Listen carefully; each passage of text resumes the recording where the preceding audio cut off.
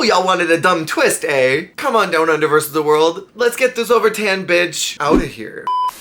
If you have come here for an apology, you will not find it. I sincerely wanted Raven to be competing, not just so that it would shut up all the people who were like, eh, but the spoilers, because they can't handle just waiting for a season, but also because I wanted the fans to genuinely experience Raven among some hard-hitting players so that they could understand finally once and for all that she is not good at Drag Race, that Raven was never robbed. Raven is a fabulous queen in the nightclub. Raven is booked and blessed and has changed the landscape of what modern drag makeup needs to look like. She is the queen of problematic tanning, but Raven was not robbed. Raven was never robbed. You know who was robbed? Pandora Box. And you know who else was robbed? Your Alexis. Raven was never robbed. And I wanted that to finally be evident because if Raven had to participate in the girl group, bottom 2. Any other modern Drag Race challenge that was coming, Raven would not have done well at. She didn't do very well her original season and only won the challenges she did because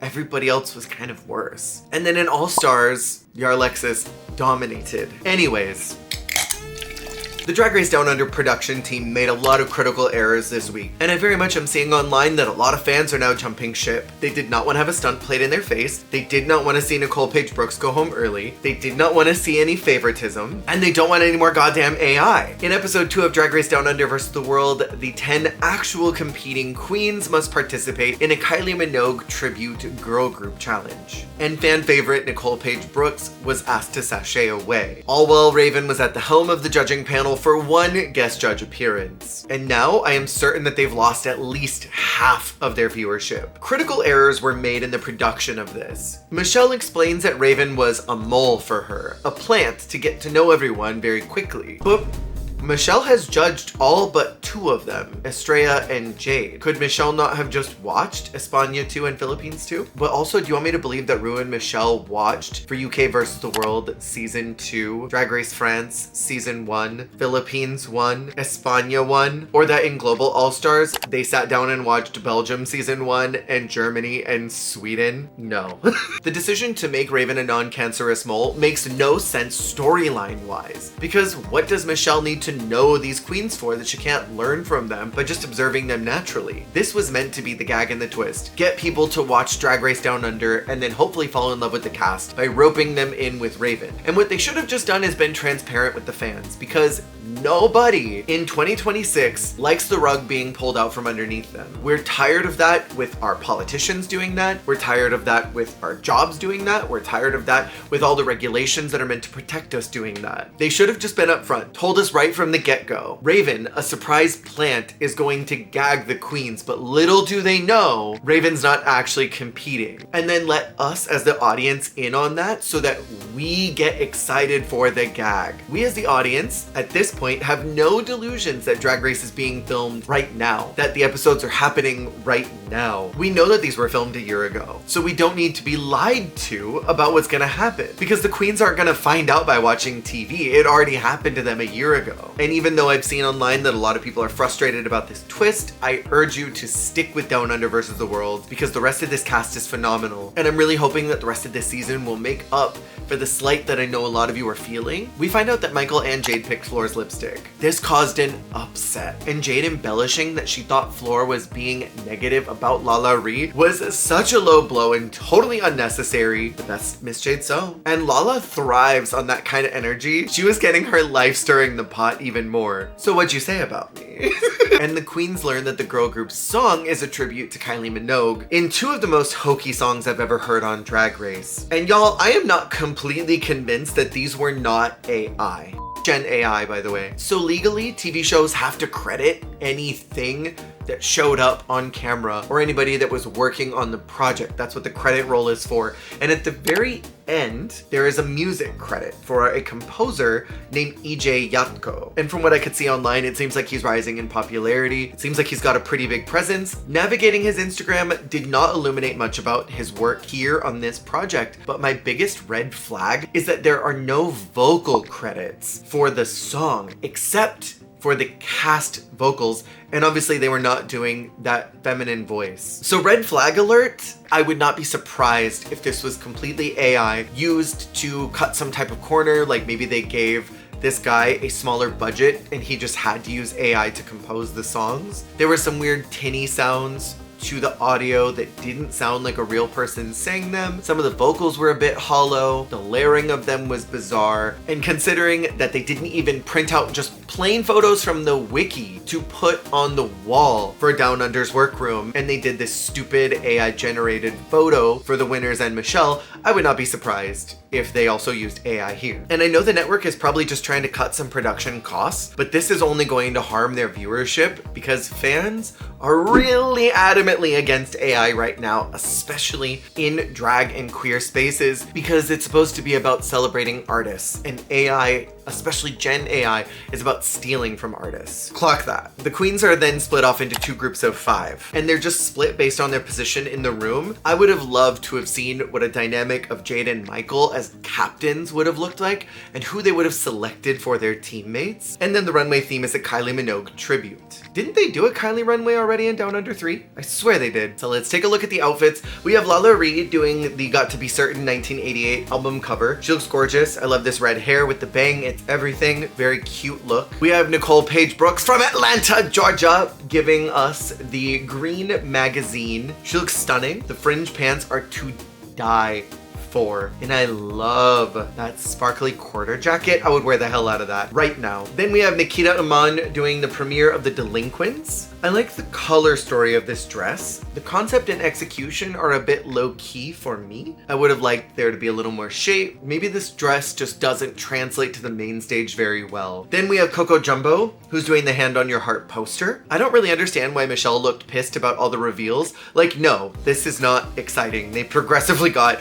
less exciting as more things came off. But the colors were nice, even if the cut of the outfit was atrocious. Could have been worse. Michelle looked like she was smelling farts, and there were worse looks tonight. Then we have Art Simone doing the Sydney Olympics 2000. Yo, this is major. This is pure drag at its finest. I want to know how many hours it took to stone that. I've been following Art Simone for a long time, and I know she's a big Kylie fan, so I'm not surprised that this look is to the level that it is. Next up, we have Miss Jade So doing Showgirl Homecoming Tour 2006. She looks gorgeous. I love this pink on Miss Jade So. This look is quintessentially Kylie to me, and I think that Jade pulls it off flawlessly. Then we have Estrella Extravaganza doing Showgirl Homecoming Tour. I think she found a cool way to merge her drag aesthetic with Kylie. This looks very cool on her. And then we have Michael Maruli doing the Can't Get You Out of My Head music video. I love this look. She looks expensive as I like the cut. I wish there was a breastplate. I think that would have added a little more depth to this, but I think she looks great. Then we have Vibe. I love this headpiece quite a bit, but I'm not wild about the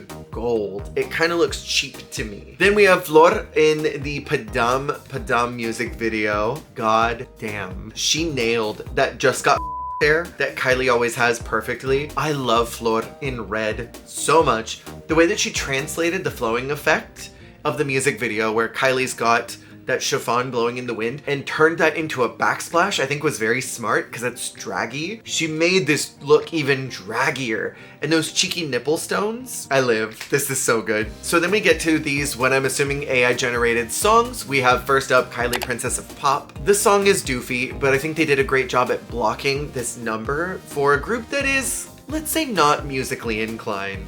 Lala opens, and it's hard not to pay attention to her because she's so magnetic. She was the it girl of this group. Why did they not get to change their outfits into something cohesive though? Like, why didn't they have girl group outfits? Why were they just lip syncing in their Kylie tribute outfits? Then we have Nicole Paige Brooks from Atlanta, Georgia. Her lip sync was not tight at first. Kind of like your vagina. She moved like she knew what she was doing though, even if her mouth was not.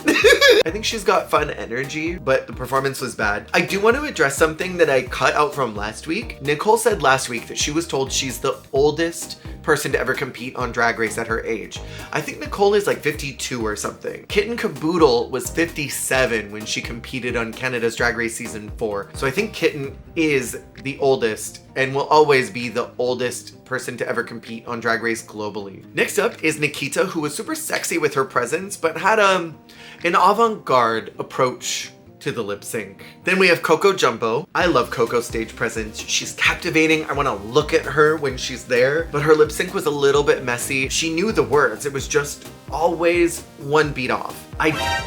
not beat off. I don't understand why she was in the bottom over Nikita. Probably because Art was in the top and they wanted to do a story thing. Then we have Art Simone, who is so naturally funny, as I expected. Every line was infused with humor. She took her own POV and inserted that flawlessly into the number. She was great. Then we have the Kylie Disco Goddesses, an equally hokey song. We have Miss Jade So opening the number. She's got great confidence as always. I think she incorporated her signature Jade isms into the lyrics. And because these songs were not meant to illuminate who they are as artists, there's not really much to talk about of what they wrote. Then we have Estrella, who sounded beautiful, probably the best of the night.